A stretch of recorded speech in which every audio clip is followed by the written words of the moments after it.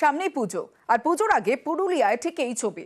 রাস্তায় আবর্জনা, দুর্গন্ধে নাবিশ্বাস, জঞ্জাল যন্ত্রণা, কারণ বকেয়া বেতন এবং বোনাসের দাবিতে সরব পুরসভার অস্থায়ী সাফাই কর্মীরা।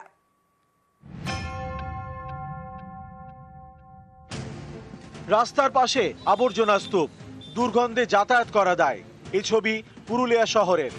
পুরুলিয়া পুরসভার 23টি ওয়ার্ড। এসব এলাকায় আবর্জনা ফেলা হয় শহরের বাইরে, ছড়রা এবং হুটমুড়া ডাম্পিং গ্রাউন্ডে। এই কাজ করেন পুরসভার প্রায় 1700 জন অস্থায়ী কর্মী। তারা গত সোমবার 1 সেপ্টেম্বর থেকে কাজ বন্ধ রেখেছেন। ফলে রাস্তায় জমছে আবর্জনা। অস্থায়ী সাফাই কর্মীদের দাবি, তাদের 2 মাসের বকেয়া বেতন মেটাতে হবে, পুজোর বোনাস দিতে হবে, বাড়াতে হবে বেতন।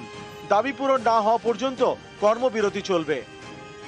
ফান্ডের অবস্থা খারাপ আছে, তাহলে আমাদের বোর্ড মিটিং আমাদের প্রতিশ্রুতি দিলেন কেন তারা যে পরের মাস থেকে আমরা এটা লাগু করব? ফার্স্ট 23টা কাউন্সিলর ছিল এখানে। যতক্ষণ বেতন বৃদ্ধি না হচ্ছে সবাইকে আমরা আলোচনা করে জিজ্ঞাসা করেছি যে সবার মতামত কি।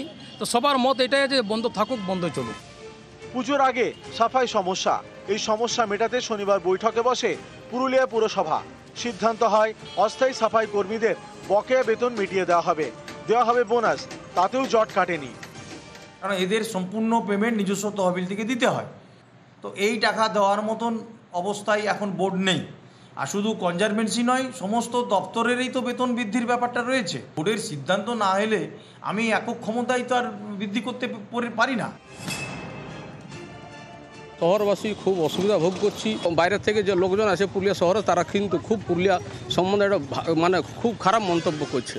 এবং আমি মনে করি যত তাড়াতাড়ি সম্ভব বেতনের সমস্যা সেটা এটা মেটা নিয়ে এবং আমরাকে একটা সুস্থ পরিবেশ দেওয়া। পুরুলিয়া থেকে ইন্দ্রজিৎ মণ্ডল, নিউজ 18 বাংলা।